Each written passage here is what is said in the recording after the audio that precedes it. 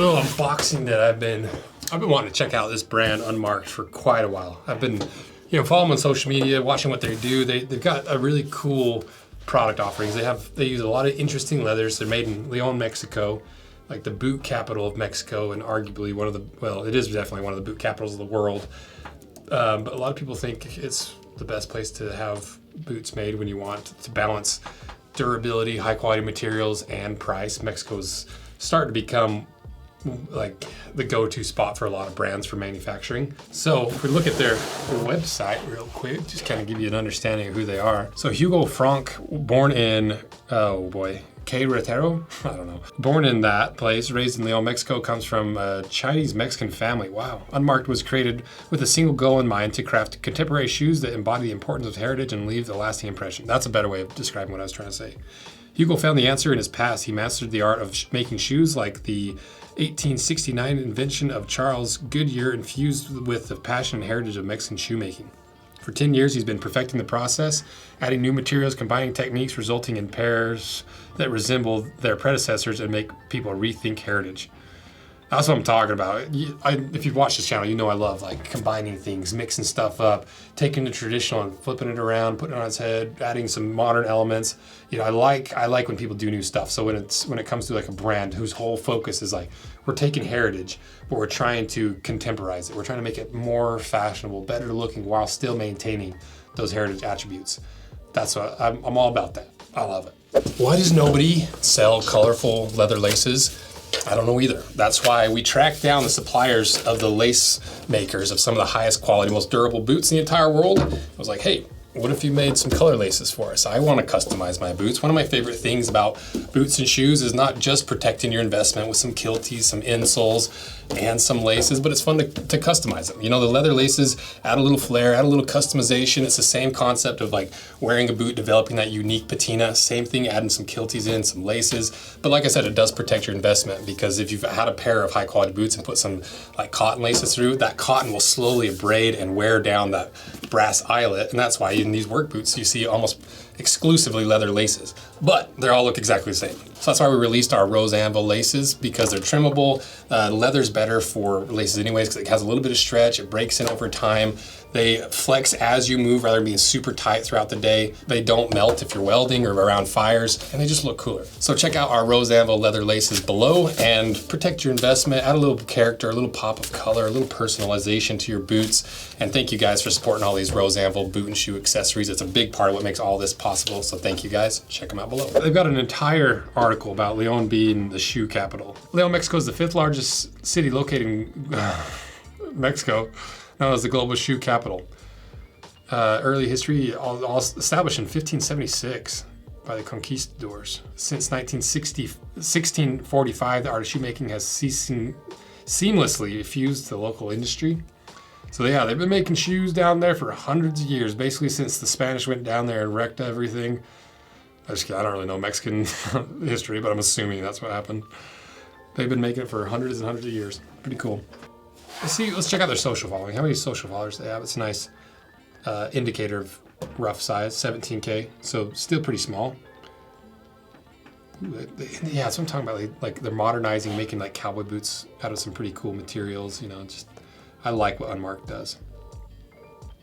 I really like these little guys. These little slippers that they make, I think are really nice. Use a cool veg tan on their stuff.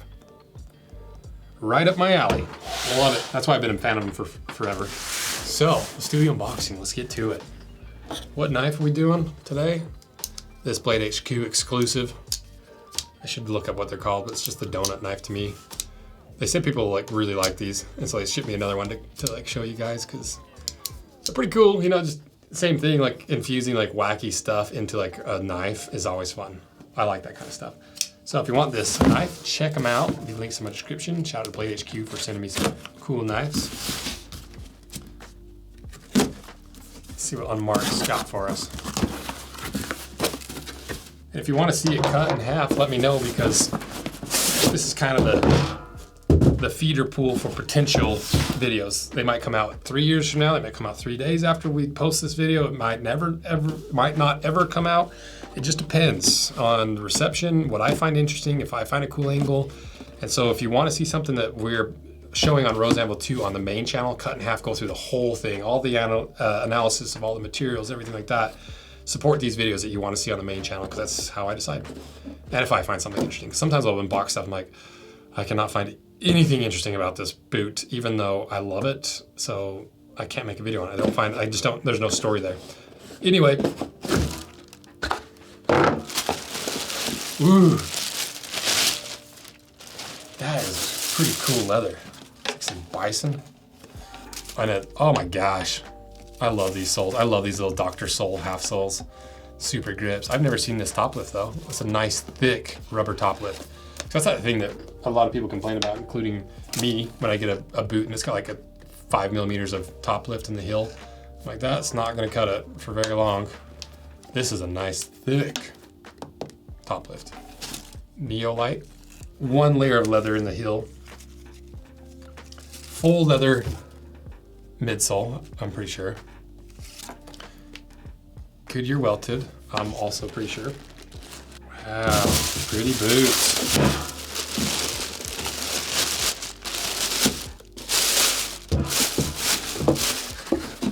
I don't know if this is bison, I'm assuming it's bison, but I just love that pebbling effect of bison.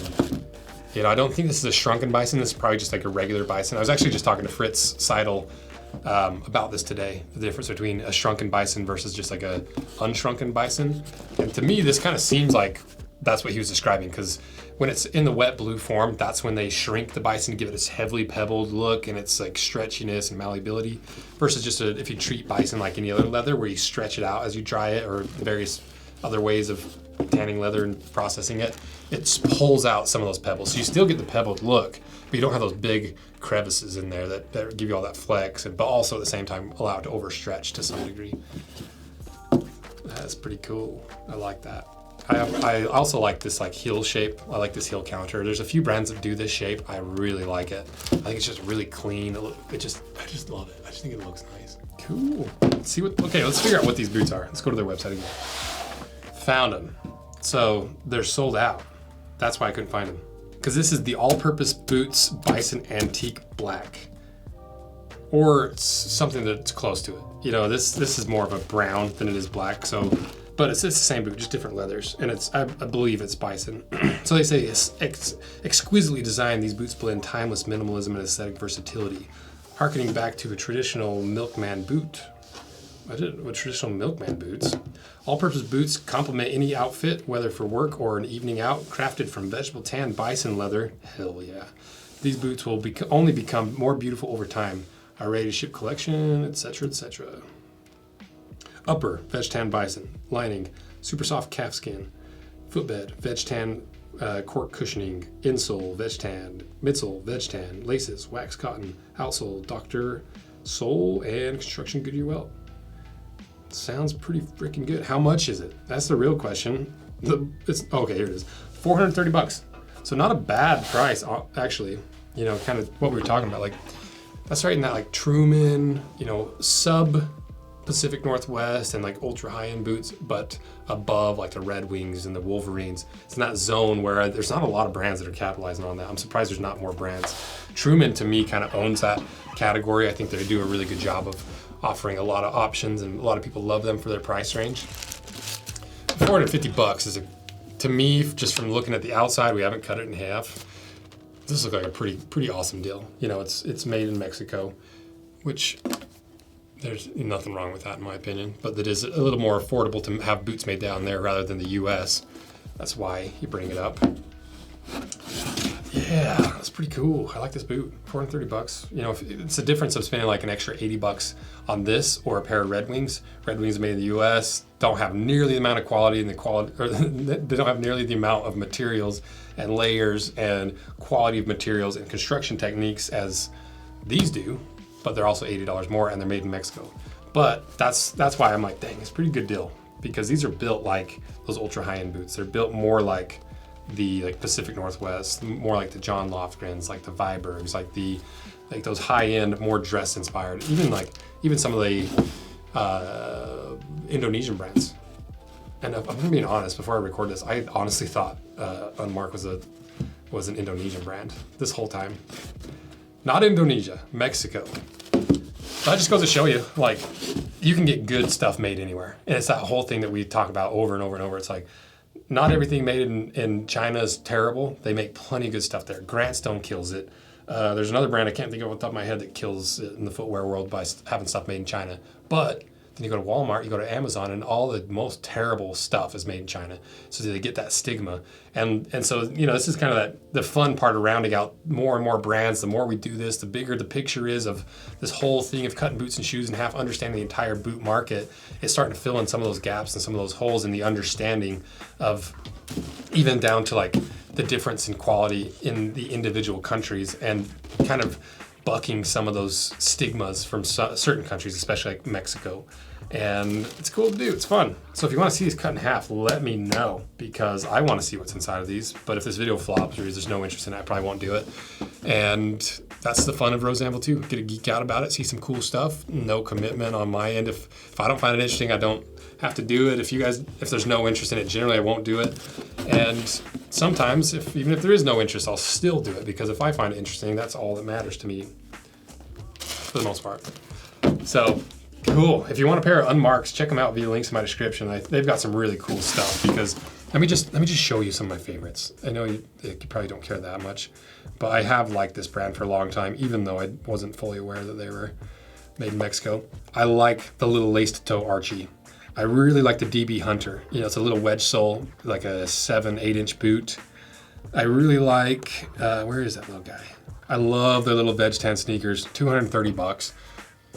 It's like, you get a veg tan sneaker from these guys for $230. Meanwhile, like Nike and some of these other brands are selling like hot garbage for that same price. Where is the little slip-on thing that I love? I also like that they use, like, this is one I almost, I think I almost requested from these guys. It's the Supernatural boot, but in veg tan with a crepe sole. That's a cool, like, little combination of like the crepe sole you see on a lot of Clarks and the more casual stuff because it's grippy. You see my duck feet boots because they grip surprisingly well in winter because they grab grit and hold on to it and make your boots grip better. That's a cool little boot. And then this is what I was looking for. I like this little sandal thing. I think it's a nice little. It's pretty pricey. It's $260, leather midsole. Looks like a Vibram outsole. So it's definitely not a cheap little mule slipper, slip-on casual thing, but I like the look of it. Yeah, they're awesome. I like Unmarked's products. I think they do a really good job of differentiating themselves. They make some pretty interesting combinations of soles and materials and like styling and patterns. And anytime any brand's doing that, I can't help but love it and like it. So now I forgot we're gonna try them on. I almost just ended the video. I like to give some sizing recommendations in Rose Anvil too, but don't hold me to it. Sometimes people are like, you promised that this size would fit me. I'm like, I didn't promise anything. I told you what fit me. So always defer and refer to the brand's actual sizing guide, talk to the brand, but mine's just trying to give you a ballpark of someone that has low instep, low volume feet that are pretty narrow but love wide toe boxes because I hate having my toes squished. Okay. That slipped in really easy. That might be too big. What size are these? Oh yeah, 10.5. Okay, so I'm a 10 on the Brannock. These are 10.5s. Also, let me know what you guys find valuable in these videos. Because I just kind of sit down and ramble. You know, I just do my thing. And I don't always know what you guys want to see, what you can find value in these videos. So let me know. Because my toe probably ends about there. And that's when I lift my toe up. So my foot's probably right in that. So they're not bad, honestly. They're just a little long. I probably should have gone with a 10. True to Brannock sizing. So they just have you reach out with some information. They help you decide on sizing. But I would go to at least true to Brannock, if not half a size down from Brannock. Obviously I don't have them to try them on, so take it with a grain of salt. But those are pretty handsome little boots.